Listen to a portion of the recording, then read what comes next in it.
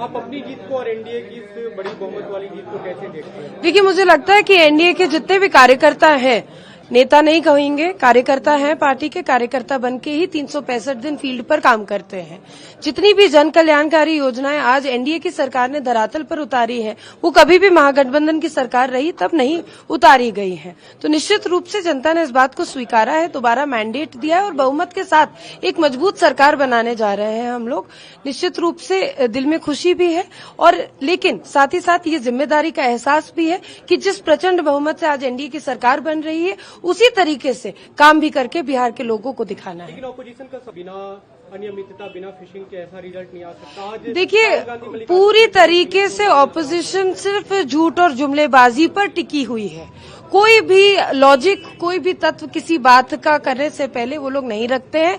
ये आज से नहीं, विगत 2-3 महीने से उनका ट्रेंड चलते आ रहा है। आप देखिए किस तरह से घुसपैठिया बचाओ रैली निकाले, आपसी मतभेद में वो रैली भी फ्लॉप करा ली है। उसके बाद आप बोलते हैं कि हम लोग चुनाव जीतते तो हम लोग 200 यूनिट फ्री कर देते। अरे भाई, आप छोड़ दीजिए 2005 के पहले का बिहार। आपको तो गद्दी सौंपी गई थी 17 महीने के लिए, बीच में आपने 1 यूनिट बिजली भी फ्री की थी क्या? तो पूरी तरीके से ये लोग सिर्फ झूठो जुमलेबाजी पर टिके हुए हैं। जनता ने इनके ऊपर विश्वास नहीं किया। अब जब ये लोग चुनाव हार जाते हैं तो बाहर घूम फिर के बाद फिर ईवीएम के ऊपर ले आते हैं। जब ये लोग चुनाव जीत जाते हैं तो ईवीएम एकदम वही ईवीएम सही निकल जाता है। तो ये सब फालतू में अब दिग्भ्रमित करने का कोई फायदा नहीं है। रोहिणी आचार्य उन्होंने कहा कि मैं पार्टी और पहले से दरार पार्टी के भीतर भी, महागठबंधन के भीतर भी और परिवार के भीतर भी दरारें दिख रही थी। आज चुनाव समाप्त हो गया है तो दरारें खुल के सामने आ रही हैं। रोहिणी आचार्य ने एक ट्वीट किया, उन्होंने लिखा कि मैं पार्टी और पॉलिटिक्स छोड़ रही हूँ और इसके लिए उन्होंने ठीकरा फोड़ा एक तरह से आरोप लगाया संजय यादव पे। कैसे देखते हैं? देखिए, बड़ा ही दुर्भाग्यपूर्ण है उस बेटी के लिए जिसने किडनी देकर के अपने पिता को जीवित रखा। संजय यादव ने और तेजस्वी यादव ने, दोनों ने मिलकर सबसे पहले राजनीतिक तौर पर तेज प्रताप यादव का शिकार किया।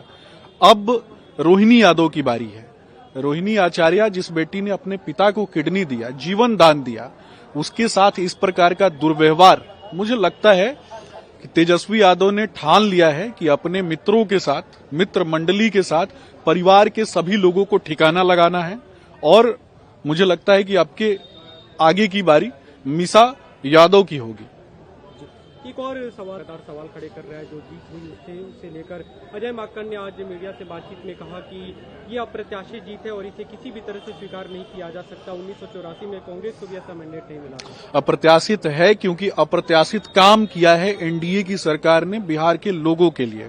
शाहाबाद की बात करें, चंपारण की बात करें, सारण की बात करें, अथवा राज्य के कोने कोने से आने वाले विभिन्न क्षेत्रों की बात करें और वहां पर योजनाओं के इम्प्लीमेंटेशन की बात करें, प्रत्येक योजनाओं के इम्प्लीमेंटेशन से लेकर के उन योजनाओं का एक तरीके से हमने मूल्यांकन भी किया और हमारे कार्यकर्ताओं ने, खास करके हमारी सरकार के लोगों ने जाकर के लोगों को मूलभूत सुविधाओं से जोड़ने का काम किया। जब आयुष्मान भारत योजना के लिए हम काम कर रहे हैं तो हमने उनके एमवाई समीकरण को भी लाभान्वित किया। जब हमने मकान बना करके दिया तो उनके एमवाई समीकरण को भी दिया। उनको जिसका एमवाई समीकरण ही इतना कमजोर हो, मेरी नजर में हमारे प्रधानमंत्री नरेंद्र मोदी जी ने स्पष्ट रूप से कह दिया कि हम जातिवाद नहीं, हमारा एमवाई समीकरण महिला और युवा है। फर्स्ट टाइम वोटर्स को मैं धन्यवाद देता हूं और फर्स्ट टाइम वोटर से ये कहना चाहूंगा कि बिहार की आने वाली सरकार इंडस्ट्रियल रिवोल्यूशन के लिए, लघु एवं कुटीर उद्योग के लिए, खास करके हेवी इंडस्ट्रीज के लिए, गुणवत्तापूर्ण शिक्षा के लिए काम करेगी। बिहार के युवाओं को हाथों में कट्टा नहीं कलम चाहिए। बिहार के युवाओं को हाथों में लालटेन नहीं लैपटॉप चाहिए। बिहार के युवाओं को सुशासन की सरकार चाहिए, गुंडा पार्टी की सरकार नहीं चाहिए।